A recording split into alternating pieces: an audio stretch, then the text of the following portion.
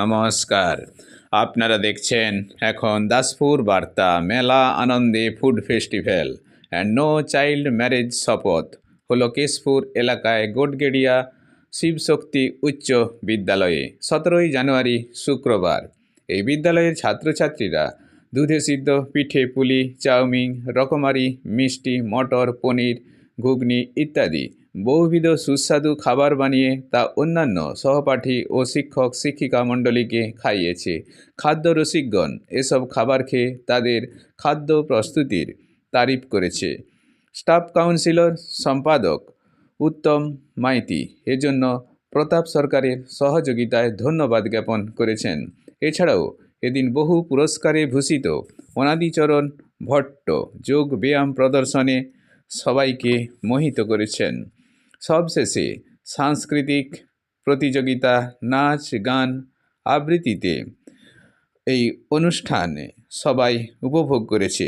এছাড়াও শিক্ষা দিশারি ঈশ্বরচন্দ্র বিদ্যাসাগরের আদর্শে প্রাণিত গুডলি দিশা ওয়েলফেয়ার সোসাইটি, মিশন বিদ্যাসাগর ও দিল্লি শক্তি বাহিনী ও কোশি লোকমঞ্চের যৌথ উদ্যোগে বাল্য বিবাহ মুক্ত সমাজ গড়া, বাল্য বিবাহ মুক্ত ভারত গড়ার লক্ষ্যে উচ্চ শিক্ষা গ্রহণের শপথ গ্রহণ করেছে সবাই। এদিন প্রধান শিক্ষক মহাশয় নাবালিকা বিয়ের পিড়ি থেকে ফিরে আসা দীপালি বাগরাকে পুনরায় পড়াশোনায় যোগ দেওয়ার জন্য সম্বর্ধনা জ্ঞাপন করেছেন। এই বিদ্যালয়ের প্রধান শিক্ষক আশিস কুমার মণ্ডলের পৌরোহিত্যে সমগ্র অনুষ্ঠান সঞ্চালনায় ছিলেন সহকারী শিক্ষক স্বরূপ কুমার সাউ এবং চন্দন গিরি। গোটগেড়িয়া শিবশক্তি উচ্চ বিদ্যালয় থেকে রিপোর্টে শ্যামসুন্দর দোলই সাথে শ্রীকান্ত কদম। Like and follow with subscribe এখন দাসপুর বার্তা।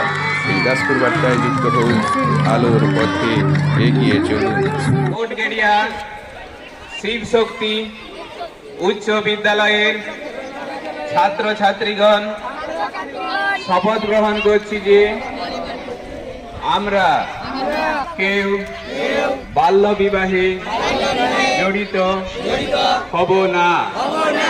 আমাদের বাড়িতে আত্মীয় পরিজনের মধ্যে বা পাড়া প্রতিবেশীর মধ্যে কাউকে বাল্য বিবাহে জড়িত হতে দেব না। আমরা সবাই উচ্চ শিক্ষা গ্রহণে স্বনির্ভর হব।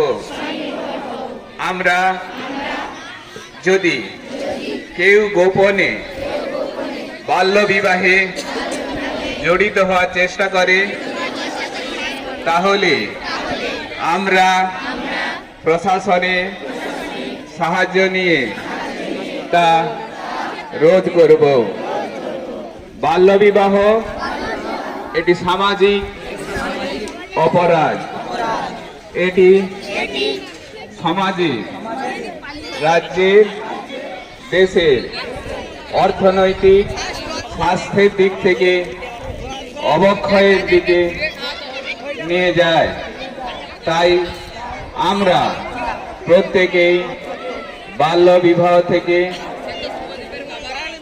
দূরে থেকে উচ্চ শিক্ষা গ্রহণ করে স্বনির্ভর হওয়ায় অঙ্গীকারবদ্ধ হলাম। দেখুন তো এদের কত কি হলো, স্টলটা কিনে নেবেন।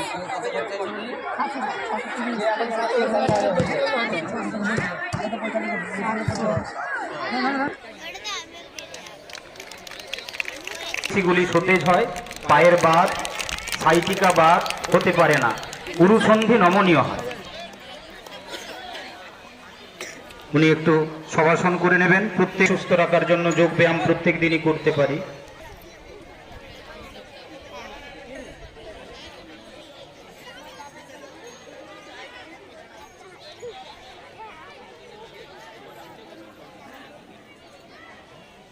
মাতৃগর্ভে আমরা যেমন ভাবে থাকি তেমন ভাবে এই এত বড় শরীরটাকে তিনি দেখো একবারে শিশু, একবার মাতৃগর্ভে থাকাকালীন মানুষেরা যেভাবে থাকে, ছোট ছোট শিশুরা সেইভাবে এর উপকারী শরীরটা হাতের উপরে ভর করে তিনি উপরে তুলে দিয়েছেন শরীরটাকে। এই ব্যায়াম করলে আমরা কি কি উপকার পেতে পারি? দেখতে এরকম হলেও কিন্তু এই ব্যায়ামটি খুব কঠিন, খুব কঠিন। পা থেকে মাথা পর্যন্ত সর্বাঙ্গের স্নায়ু পেশিগুলোর ব্যায়াম হচ্ছে এটা। পা থেকে মাথা পর্যন্ত যত স্নায়ু রয়েছে, এই আসন করলে আমাদের স্নায়ুগুলো সবল হবে, মেরুদণ্ড নমনীয় হয়। আমাদের যে মেরুদণ্ড, আমাদের শরীরের সার অংশ মাঝের যে মেরুদণ্ড, ওটা নমনীয় হয় ভাবে। দেখো, সর্বাঙ্গ আসন, সর্ব অঙ্গের আসন, তাই এর নাম হয়েছে সর্বাঙ্গ আসন। নিয়মিত অভ্যাস করলে দেহে রোগ প্রতিরোধের ক্ষমতা বাড়ে। গলদেশে অবস্থিত থাইরয়েড গ্ল্যান্ড নিচে ছেলেমেয়েরা সর্বাঙ্গ আসন না করাই ভালো।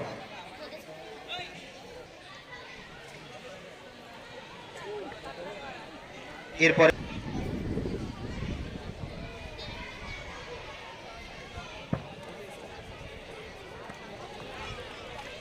এটি হচ্ছে হলাসন। টনসিলের দোষ থাকলে